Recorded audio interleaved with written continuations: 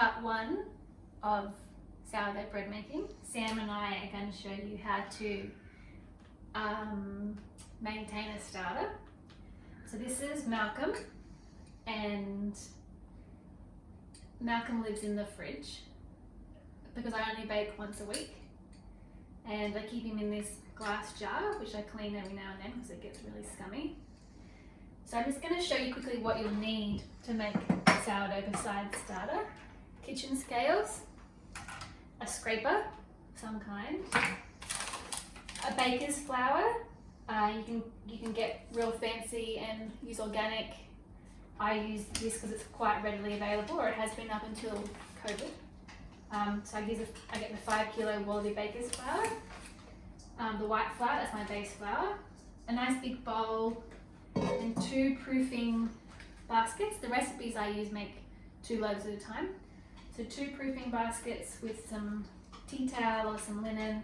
You could also just use, if you don't have a proofing basket, just any kind of round bowl. I used to use the leftover tubs of the 1 kilo of ricotta. That's quite good. So Malcolm lives in the fridge, as I said, and this is what you'll be getting. You'll be getting a portion of Malcolm. When I give him to you, just put him in the fridge and leave him there. And then a couple of days before you want to bake, you take him out of the fridge and leave him on the bench. So today's Monday and I want to make my dough on Wednesday. So I took him out of the fridge a few hours ago, and now I'm going to feed him. So every time you feed your starter, which you're doing to keep it alive, you have to chuck a little bit away. I think this has to do with getting rid of some of the bacteria or keeping it healthy somehow, I'm not sure, but lots of people keep, so I'm going to chuck this in the bin, lots of people keep this discarded starter and use it in pancakes or other recipes, but I'm just going to throw it out a big chunk.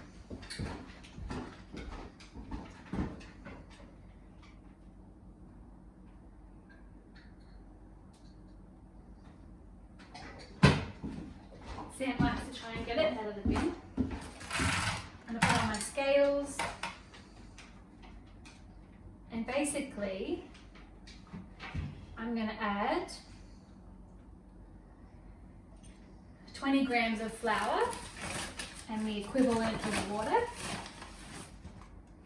Probably about a big, yep.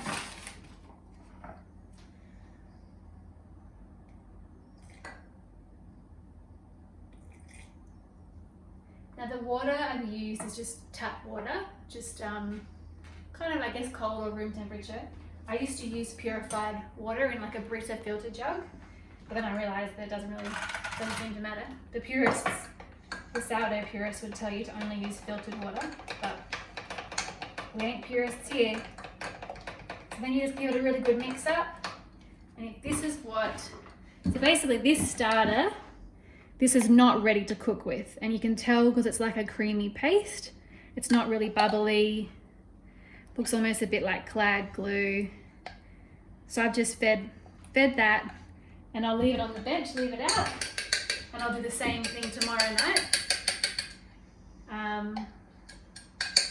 What's that, Monday, Tuesday? Oh, looks like I'm baking on Thursday actually. I need 2 nights to warm this up. So Monday night, Tuesday night, I'm just going to feed the starter like that. And then Wednesday night, I'll show you how to prepare your levain, which goes into the actual bread recipe.